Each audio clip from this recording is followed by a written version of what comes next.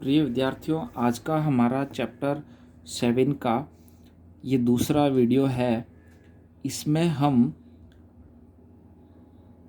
Operator president और operator associativity के बारे में पढ़ेंगे। तो सबसे पहले आपको मैं ऑपरेटर्स प्रेसिडेंस के बारे में बताता हूँ और उसके बाद इसकी एसोसिएटिविटी के बारे में। तो ऑपरेटर प्रेसिडेंस जो है, आपने 10th क्लास तक मैथ्स में बोर्ड मास का रूल पढ़ा था। बोर्ड मास रूल क्या बोलता है? BODMAS, मतलब पहले ब्रैकेट, फिर ऑफ, फिर डिवीजन, फिर मल्टीप्लिकेशन, फिर एडिशन और फिर सब्ट्रैक्शन। मतलब कभी ऐसा लिखा हुआ हो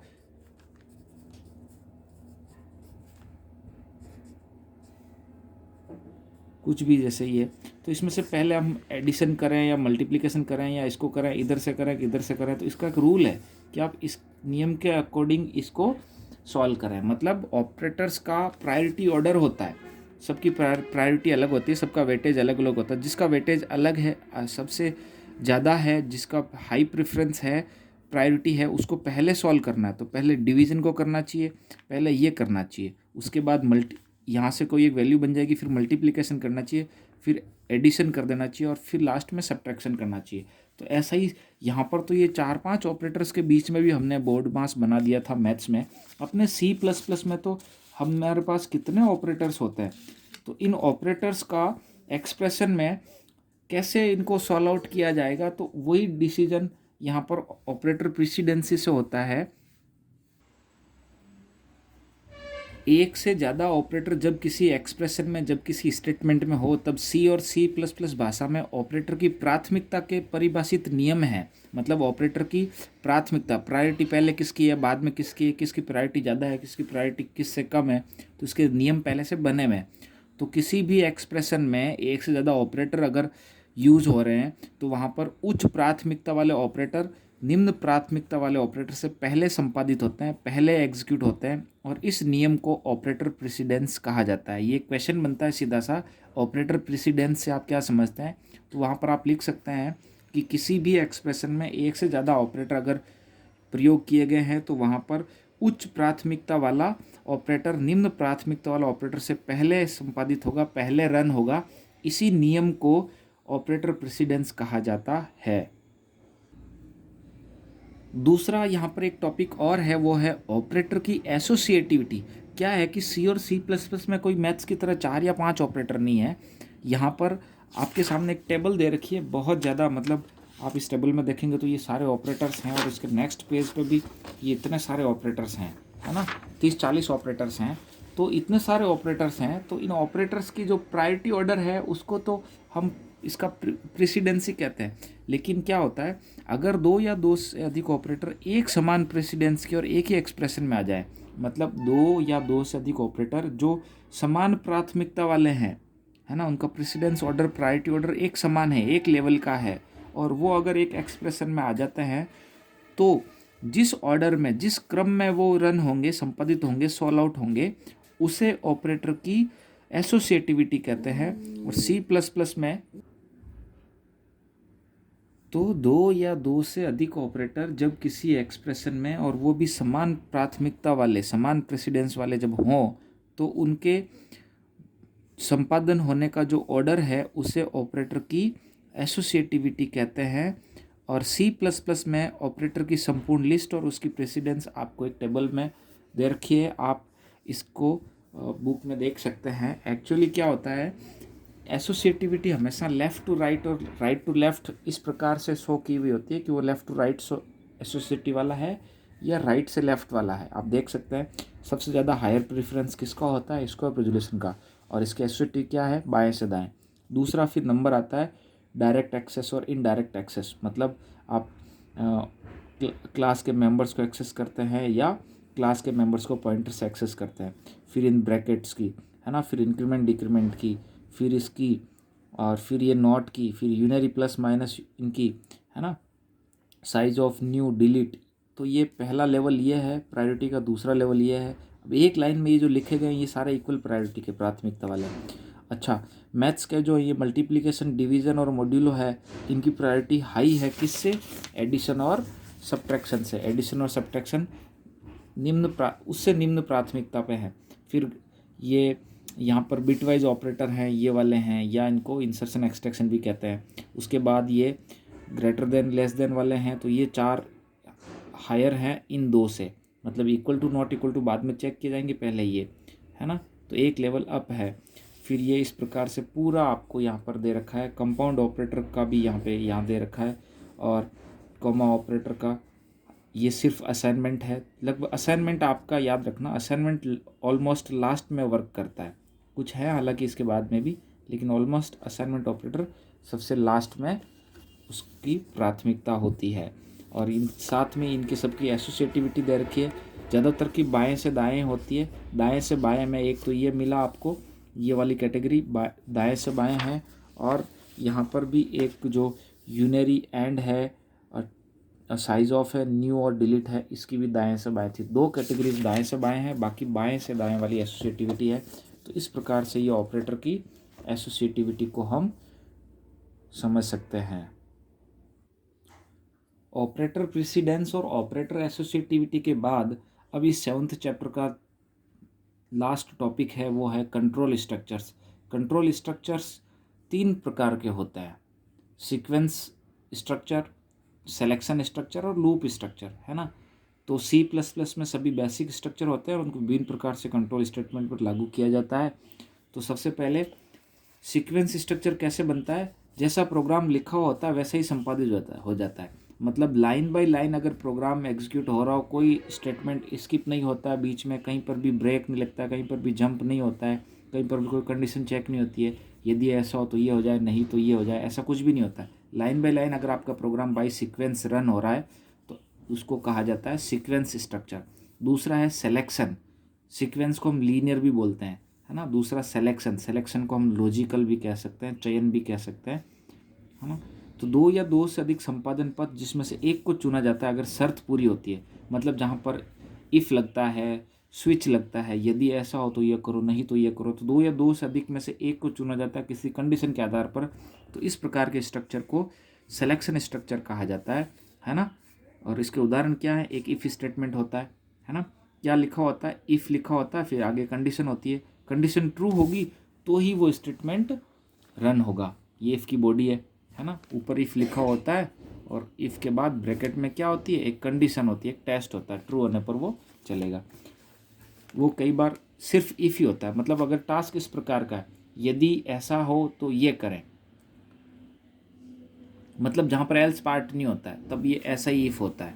और अगर टास्क इस प्रकार का हो, यदि ऐसा हो तो ये करें, नहीं तो ये करें, है ना। तो 2 में से कोई एक टास्क होगा, कंडीशन पर डिपेंड करेगा, तो वहाँ पर इफ़ एल्स का यूज होगा। इफ़ कंडीशन अगर ट्रू है तो ये इफ़ की बॉडी में लिखा हुआ काम होगा, एल्स अगर ये ट्रू नहीं है मतलब फॉल्स है तो एल्स की बॉडी में जो लिखा हुआ है, एल्स की बॉडी रन होगी, एग्जीक्यूट होगी, है ना। तो ये इफ़ और एल्स कंडीशन हमेशा इफ़ के आगे ही लिखी होती है, एल्स के आगे नहीं होती है। और इफ़ के आगे कंडीशन ट्रू होगी तो इफ़ चलेगा, अदरवाइज एल्स चलेगा। कई बार इफ़ को नेस्टेड यूज़ भी किया होता है, जैसे आप देखिए इफ़ लिखा होता है, आगे ब्रैकेट में कंडीशन होती है, मतलब एक टेस्ट होता है, अगर ट्रू होता है तो इफ़ चलता है, इफ़ की बॉडी में लिखे सारे स्टेटमेंट रन होते हैं। एल्स नहीं तो फिर वापस से टेस्ट किया होता है, तो फिर मतलब एल्स इफ़ लगा दिया जाता है। यदि ये टेस्ट ट्रू है तो ये हो जाएगा, नहीं तो यदि वापस से एक टेस्ट टू, अच्छा ये नहीं तो ये इसको टेस्ट 1 कह सकते हैं, है ना। एल्स इफ़ टेस्ट ट्रू, दूसरी कंडीशन, अगर ये ट्रू है तो ये होगा, फिर से एल्स, और फिर मैंने यहाँ मान लो कुछ नहीं लिखा, एल्स में सीधा स्टेटमेंट लिख दिया। इसका मतलब पहला टेस्ट ट्रू होने पर ये हो जाएगा, पहला ट्रू नहीं है तो दूसरा टेस्ट चेक होगा, और वो ट्रू है तो ये हो जाएगा, अगर दूसरा ट्रू नहीं है तो फिर वो तीसरा हो जाएगा, तीनों में से कोई एक होगा, है ना। तो ये नेस्टेड यूज़ भी हो सकता है इफ एल्स का। उसके बाद नेक्स्ट क्रम में आता है हमारा, वो है स्विच स्टेटमेंट। तो स्विच में यूज होते हैं कैश, है ना। तो स्विच स्टेटमेंट भी एक प्रकार का लॉजिकल या सिलेक्शन स्टेटमेंट है, जिसमें स्विच लिखा जाता है, कीवर्ड है स्विच, इफ़ भी कीवर्ड था, एल्स भी कीवर्ड था, स्मॉल लेटर में लिखे होते हैं, या स्विच में भी ये स्मॉल लेटर में स्विच लिखा हुआ है, उसका जो ब्रैकेट होता है और ब्रैकेट में एक एक्सप्रेशन लिखी होती है। ये एक्सप्रेशन या यहाँ पर सिर्फ वेरिएबल का नाम होता है।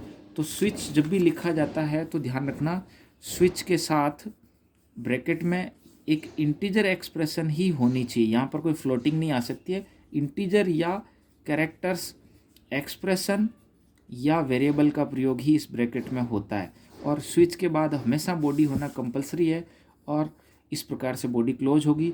जबकि इफ़ के साथ, जब हमने अभी इफ़ पढ़ा है, इफ़ के साथ कंडीशन होती है। इफ़ के बाद अगर आपका एक स्टेटमेंट है तो आप ब्रेसेस नहीं लगाएं तो भी चलेगा। एल्स के साथ भी अगर एक स्टेटमेंट है तो ब्रेसेस नहीं लगाएगा तो भी चलेंगे, बॉडी बनाना जरूरी नहीं है। एक स्टेटमेंट बाय डिफ़ॉल्ट इसके साथ कनेक्ट होता है, लेकिन स्विच में हमें ब्रेसेस बनाना है। और स्विच में देखा जाए तो कैश होता है, CAS स्मॉल लेटर, उसके बाद कॉलन होता है, कैश कॉलन कैश, है ना। संडे मंडे के प्रोग्राम या जनवरी फरवरी वाले प्रोग्राम हम इससे करते हैं जनरली, उदाहरण के रूप में। तो कैश एक भी कीवर्ड है यहाँ पर, और लास्ट में एक डिफ़ॉल्ट भी होता है ना, DEFAULT, है ना। तो डिफ़ॉल्ट। अब क्या होता है कि स्विच रन कैसे करता है। स्विच में हम देखा जाए तो यहाँ पर इसके दो सेक्शन मान सकते हैं। एक तरफ तो सारे कैश होते हैं और एक तरफ सारे स्टेटमेंट होते हैं। एक तरफ सारे कैश होते हैं और एक तरफ सारे स्टेटमेंट होते हैं। और कैश के साथ भी एक इंटीजर कांस्टेंट लिखा होता है या कैरेक्टर कांस्टेंट लिखा होता है। यहाँ पर एक वैल्यू होती है कैश के साथ, वो इंटीजर वैल्यू होती है, इंटीजर कांस्टेंट, ध्यान रखना, है ना। इंटीजर कांस्टेंट पहला, फिर कोई दूसरा, फिर कोई तीसरा। अच्छा, स्विच में कितने कैश हो सकते हैं, कितने भी, कम से कम एक कैश होना ज़रूरी है। अच्छा, और कितने भी हो सकते हैं। डिफ़ॉल्ट होना कंपलसरी नहीं है, लगा भी सकते हो। डिफ़ॉल्ट के साथ कोई वैल्यू नहीं होती, सीधा कॉलन आता है। और यहाँ स्विच के किसी पर्टिकुलर कैश के साथ कितने भी स्टेटमेंट हो सकते हैं, एक का जरूरी नहीं है। और एक ब्रेक का भी प्रयोग किया जाता है, वो ज़रूरी नहीं है। एक्चुअल में क्या होता है कि स्विच में यहाँ पर जो भी आपने एक्सप्रेशन लिखा या वेरिएबल का नाम लिखा, उसकी वैल्यू को चेक किया जाता है इसके साथ इक्वलिटी, है ना। कैश के साथ जो वैल्यू होती है उसके साथ, इनके साथ कंपेयर करते हैं इसको। तो जो मैच हो जाता है वो वाला कैश ट्रू माना जाता है ना। तो जो भी कैश ट्रू हो जाएगा, मैच हो जाएगा इस स्विच के ब्रैकेट की वाली वैल्यू के साथ, तो उसी समय वो तुरंत राइट, उसका कंट्रोल जो है राइट सेक्शन में, मतलब स्टेटमेंट, ये स्टेटमेंट ब्लॉक है और ये कैसेज वाला ब्लॉक है। तो ये स्टेटमेंट ब्लॉक में एंट्री कब होगी, जो केस ट्रू होगा, जिस केस की वैल्यू मैच कर जाएगी स्विच वाली वैल्यू से, ये इस एक्सप्रेशन वाली वैल्यू से मैच करेगी, उसी केस के इक्विवेलेंट राइट साइड में एंट्री हो जाएगी, कंट्रोल ट्रांसफर हो जाएगा और वो चलेगा। फॉर एग्जांपल, आपका पहला केस इससे चेक हुआ तो वो ट्रू नहीं हुआ, मैच नहीं हुआ। तो दूसरा केस चेक हुआ, वहाँ गया ही नहीं, यहाँ से यहाँ आया, यहाँ ये ट्रू हो गया। यहाँ पर भी एक इंटीजर कांस्टेंट लिखा हुआ है, इंटीजर वैल्यू। अगर ये ट्रू हो गया तो फिर यहाँ एंट्री इसके राइट साइड में हो गई, ये चला, ये चला, ये चला, और उसके बाद यहाँ पे भी चला जाएगा। क्यों? क्योंकि ब्रेक नहीं है ना। अगर ब्रेक लगा, इसीलिए ब्रेक लगाना भी चाहिए। और कभी कभी ऐसे प्रोग्राम भी होंगे जहाँ नहीं लगाएंगे, है ना। तो वो टास्क पे डिपेंड करता है कि ब्रेक की नीड है कि नहीं है। ब्रेक लगाने से सही रहता है तो लगाइए, और नहीं लगाने से ठीक होता है तो मत लगाइए। ब्रेक कंपलसरी नहीं है। लेकिन अगर होता क्या वो देखिए, यहाँ अगर ब्रेक नहीं है कहीं पर भी लगावे, तो जिस स्टेटमेंट की वजह से भी, जिस केस की वजह से भी ये ट्रू होकर राइट साइड में आएगा, वहाँ से फिर वो नीचे तब तक जाएगा, यहाँ पर ये चलेगा, ये चलेगा, ये चलेगा, चलते ही जाएगा जब तक उसको ब्रेक नहीं मिलता है ना। और डिफ़ॉल्ट के साथ कभी लास्ट वाला केस हो या लास्ट में डिफ़ॉल्ट हो, उसके साथ कभी ब्रेक नहीं लगाना चाहिए। डिफ़ॉल्ट को जरूरी नहीं सबसे लास्ट में लिखा, आप पहले बीच में कहीं पर भी लिख सकते हैं।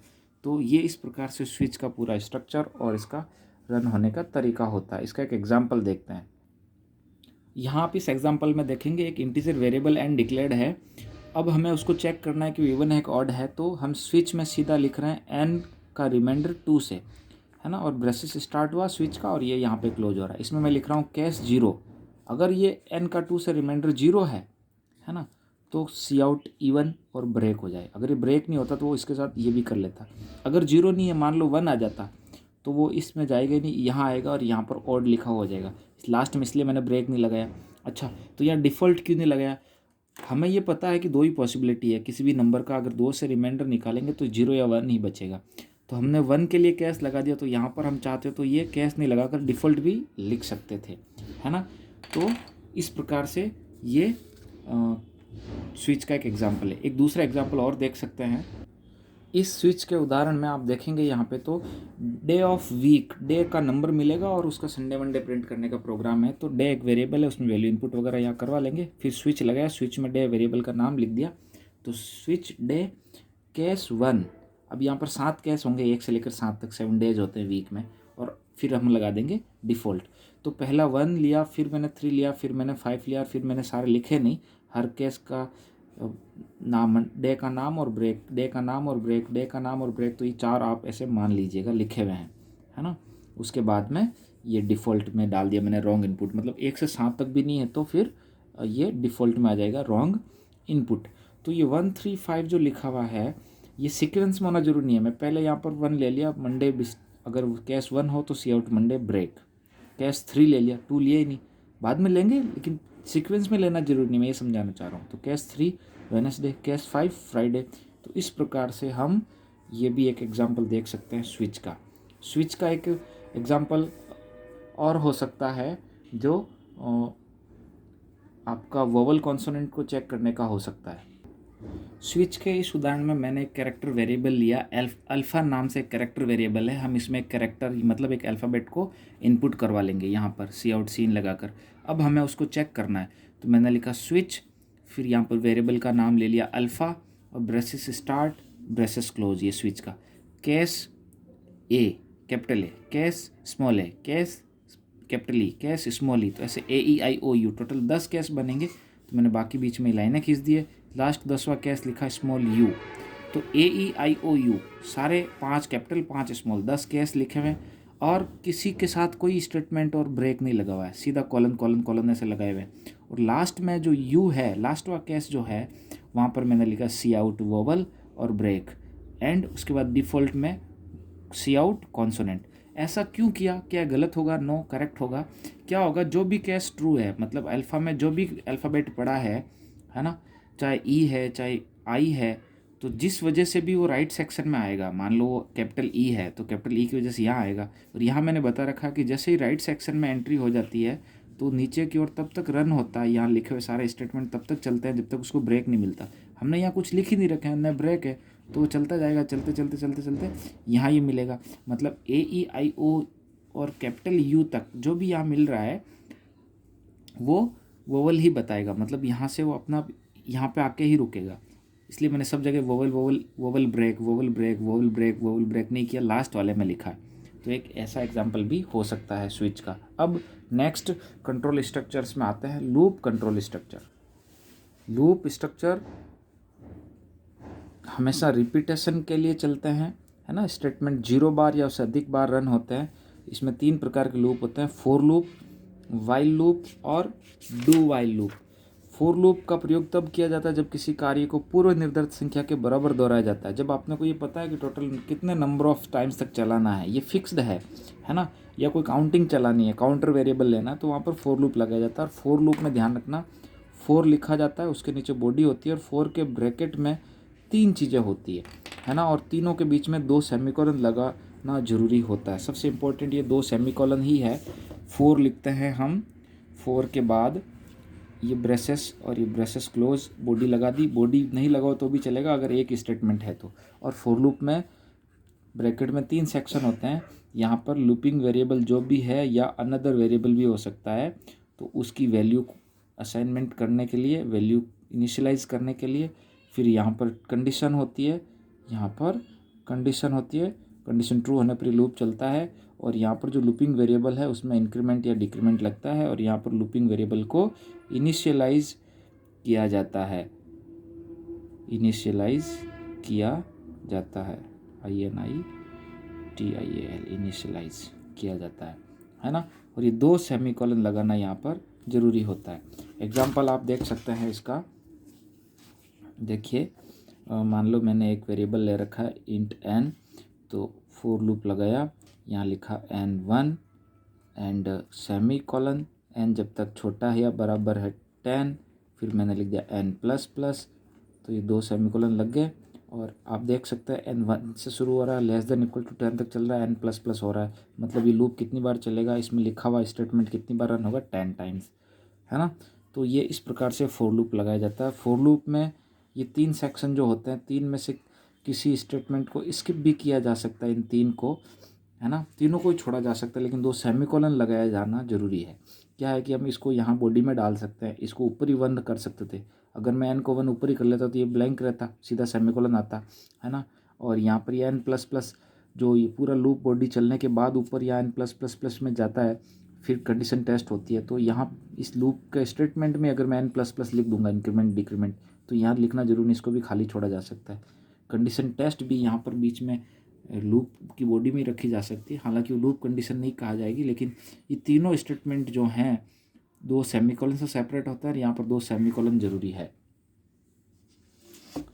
लूप फॉर लूप कैसे चलता है, यहाँ एंट्री होती है, यहाँ एंट्री होने के बाद फॉर लूप में सबसे पहले एंट्री इस इनिशियलाइजेशन वाला सेक्शन पहले सेक्शन में होती है, और फिर यहाँ कंडीशन चेक होती है, कंडीशन ट्रू है तो लूप चलता है, लूप चलने के बाद यह तीसरा सेक्शन है, इसमें इंक्रीमेंट डिक्रीमेंट होता है और वापस यहाँ से यहाँ कंडीशन चेक होती है। तो इस प्रकार से रिपीटेशन चलता रहता है फॉर लूप का। ये आपकी 11th क्लास में भी था, वही फॉर लूप है सी प्लस प्लस में भी। अब दूसरा है वाइल लूप और फिर है डू वाइल लूप। लूप के अंदर वाइल लूप के अंदर स्टेटमेंट तब तक कंडीशन सत्य है, तब तक कंडीशन ट्रू है, तब तक चलता है। इसे प्री टेस्ट कंडीशन लूप भी कहा जाता है। मतलब वाइल लिखा होता है, सीधा कंडीशन होती है और कंडीशन ट्रू है तो चलता है और वापस गो बैक होता है कंडीशन चेक करने के लिए। और डू वाइल लूप में क्या होता है, डू वाइल लूप में इसको पोस्ट टेस्ट कंडीशन लूप कहा जाता है। इसमें पहले कंडीशन चेक होती है फिर एंट्री होती है, इसलिए इसको प्री टेस्ट कंडीशन, इसमें पहले एंट्री हो जाती है सीधी। डू वाइल लूप एक बार तो चलता ही है, भले ही कंडीशन जो बाद में लिखी हुई होती है इसके सिंटैक्स के अकॉर्डिंग वो भले ही फॉल्स है, लेकिन पहले एंट्री सीधा हो जाती है क्योंकि ऊपर सिर्फ डू लिखा हुआ है और लूप की बॉडी आ जाती है। लूप की बॉडी रन भी हो जाती है एक बार और फिर कंडीशन चेक होती है। अगर ये फॉल्स है तो दोबारा नहीं चलता, ट्रू है तो फिर चल जाता है। मतलब ये लूप कम से कम एक बार तो चलता ही है।